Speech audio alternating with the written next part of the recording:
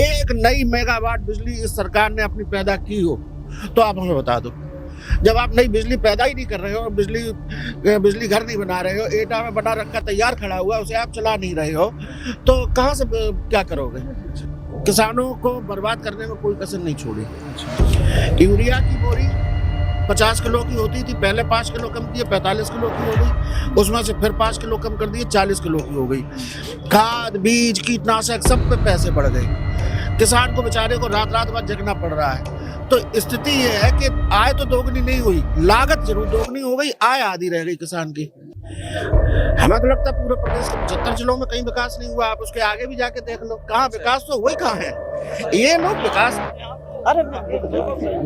विकास करने वाले लोग हैं नहीं, ये लोग विनाश करने वाले लोग हैं, बर्बाद करने वाले लोग हैं। ये लोग बनी बनाई व्यवस्था को तबाह करने वाले लोग हैं।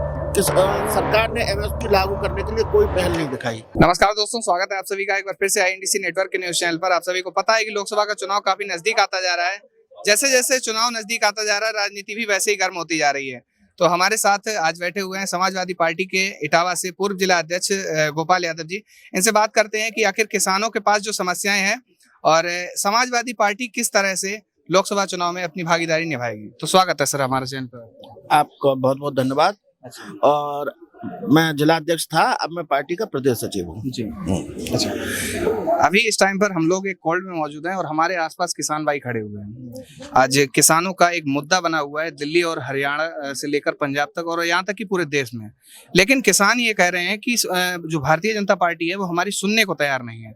आखिर क्या समस्याएं हैं जो भारतीय जनता पार्टी सुनने को तैयार नहीं, और किसान किस तरह से आगे कुछ होगा या नहीं होगा? देखिए, ऐसा है जी, पहले भी आज से 2 साल पहले, लगभग 2.5 साल, 2 साल पहले, 2.25 साल 2.5 साल पहले तक आंदोलन चला था, किसानों का आंदोलन। और वो आंदोलन मुझे लगता है वो आंदोलन इतिहास में लिखा जाएगा। 13 महीने तक लगातार आंदोलन चला, लगभग 1000 किसानों की जान चली गई उस आंदोलन में।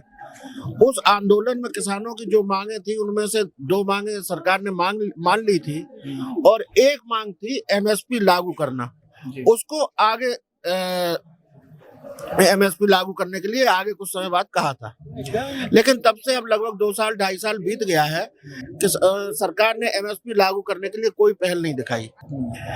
एमएसपी न्यूनतम समर्थन मूल्य होता है, मिनिमम सपोर्ट प्राइस, और कई बार ऐसा होता है कि अगर एमएसपी नहीं है, सरकार किसी फसल की खरीद नहीं कर रही है, तो किसानों को अपनी फसल फेंकना पड़ती है। आलू आ रहा है यहाँ पे, आलू खरीद ही नहीं करती सरकार। अगर आलू की खरीद सरकार करने लगे तो कई बार ऐसा होता है कि आलू किसान बर्बाद हो जाता है, आलू खेतों में फेंकता है। कई बार कोल्ड से बाहर नहीं निकाल पाते, कोल्ड के मालिक को किराया नहीं मिलता, कोल्ड के मालिकों को लेबर और लगा के फेंकना पड़ता है आलू। यही अगर न्यूनतम समर्थन मूल्य लागू हो तो एक आलू भी फेंकना न पड़े, किसान को कम से कम लागत तो निकल ही आए। और न्यूनतम समर्थन मूल्य लागू करने का भी स्वामीनाथन आयोग ने एक फार्मूला दिया था, एक सिफारिश की थी कि जो लागत जोड़ी जाए किसान की पूरी फसल तैयार करने में, वो लागत प्लस उसका 50% कम से कम इतना न्यूनतम समर्थन मूल्य होना चाहिए। ये सरकार में तो आई किसानों की आय दोगुना करने का वादा करके, लेकिन इन्होंने किसानों को बर्बाद करने में कोई कसर नहीं छोड़ी। यूरिया की बोरी 50 किलो की होती थी, पहले 5 किलो कम किए 45 किलो की हो गई, उसमें से फिर 5 किलो कम कर दिए 40 किलो की हो गई। खाद बीज कीटनाशक सब पे पैसे बढ़ गए, किसान को बेचारे को रात रात भर जगना पड़ रहा है। तो स्थिति ये है कि आय तो दोगुनी नहीं हुई, लागत जरूर दोगुनी हो गई, आय आधी रह गई किसान की। किसान तो वैसे ही बेचारा परेशान है, और जो केवल इसी देश में ये स्थिति है कि यहाँ का किसान परेशान है। किसान अन्नदाता है, किसान होता है तब हम और आप रोटी खाते हो, हमारा आपका पेट भरता है, और उसी किसान की बर्बादी कर दी इस सरकार ने। ये बताइए, क्या ये वाजिब मांग नहीं है कि हमारी फसल पे आप न्यूनतम समर्थन मूल्य लागू करो, हमें अपनी फसल ना फेंकनी पड़े, किसानों की फसल का बीमा नहीं होता है। अच्छा, एक चीज और है, जैसे अभी यही किसानों से बात कर रहे थे, वो कह रहे थे कि पहले की सरकार जो थी वो बढ़िया थी, उसमें बिजली मिल रही थी। इस सरकार में बिजली नहीं आ रही है, अगर जाते हैं 10 मिनट के बाद बिजली चली जाती है, कहीं बिजली नहीं है तो कहीं को मतलब सुविधाएं नहीं मिल पा रही है। इस सरकार में बिजली आएगी कहाँ से? अच्छा। हमारी सरकार जब थी हाँ। तो 24 घंटे लाइट आती थी यहाँ पे। हाँ। आप तो पत्रकार हैं, पूरे प्रदेश में घूमते होंगे। जी। 2012 से लेकर 17 तक अखिलेश जी जब मुख्यमंत्री थे इस प्रदेश के, तो उस समय इतना रिकॉर्ड बिजली उत्पादन हुआ इस प्रदेश में कि जो 1947 से लेकर 2012 तक जितना हुआ होगा 65 साल में, उतना अकेले 5 साल में 12 से 17 के बीच में हुआ। और उसी की बदौलत आज लाइट बिल भी रही है 17 से लेके आज तक। इसलिए मैंने कहा कि आप पत्रकार हो, पूरे प्रदेश में घूमते हो, 7 सालें हो गई, एक नई मेगावाट बिजली इस सरकार ने अपनी पैदा की हो तो आप हमें बता दो। जब आप नई बिजली पैदा ही नहीं कर रहे हो, बिजली घर नहीं बना रहे हो, एटा में बना रखा तैयार खड़ा हुआ, उसे आप चला नहीं रहे हो, तो कहाँ से क्या करोगे? केवल बिजली के नाम पे उत्पीड़न जरूर कर रहे हो। पहले हमारे यहाँ किसानों से कभी बिल नहीं लगे, आज आप चले जाइए कितना लगा, लूट हुई बिजली के नाम पे लूट। सिंचाई कोई मोटर लगाए हुए तो लूट, घरों में कनेक्शन दे दिए जबरदस्ती, अंधाधुंध उल्टे सीधे बिल आ रहे हैं, और जहाँ नहीं जहाँ चाहे घुस जाएंगे और फिर वो ठगी करते हैं बिजली विभाग के लोग किसानों से। आप पता है सबको, ये तो सारी बात सच है। अभी आप निकल जाओ, पीछे निकल जाओ, किसी गांव में कहीं निकल जाओ, पूछो जाके पता करो जाके। सीधी उल्टी है। अच्छा। हाँ। अच्छा, जैसे और अभी इस टाइम पर पूरे प्रदेश में लगभग घूम रहे हैं, आसपास के जिलों में घूमे हैं, तो ये इटावा, औरैया, फर्रुखाबाद, मैनपुरी, कन्नौज, ये सब सपा का गढ़ बोला जाता है। यहाँ जब लोगों से बात करते हैं तो कहते हैं इधर विकास नहीं हो पा रहा है। कहीं ऐसा तो नहीं है कि इधर ये सपा का गढ़ बोला जाता है, इस वजह से विकास नहीं हो पा रहा है?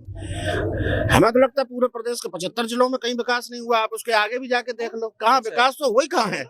ये लोग विकास, अरे विकास करने वाले लोग हैं नहीं, ये लोग विनाश करने वाले लोग हैं, बर्बाद करने वाले लोग हैं। ये लोग बनी बनाई व्यवस्था को तबाह करने वाले लोग हैं। ये अगर हम बात करें, लखनऊ में कैंसर इंस्टीट्यूट बन के खड़ा है, उसको भी नहीं चालू किया। अपने यहाँ कन्नौज में एक्सप्रेस वे पे वो क्या बना है, फॉरेंसिक लैब, उसको चालू नहीं किया।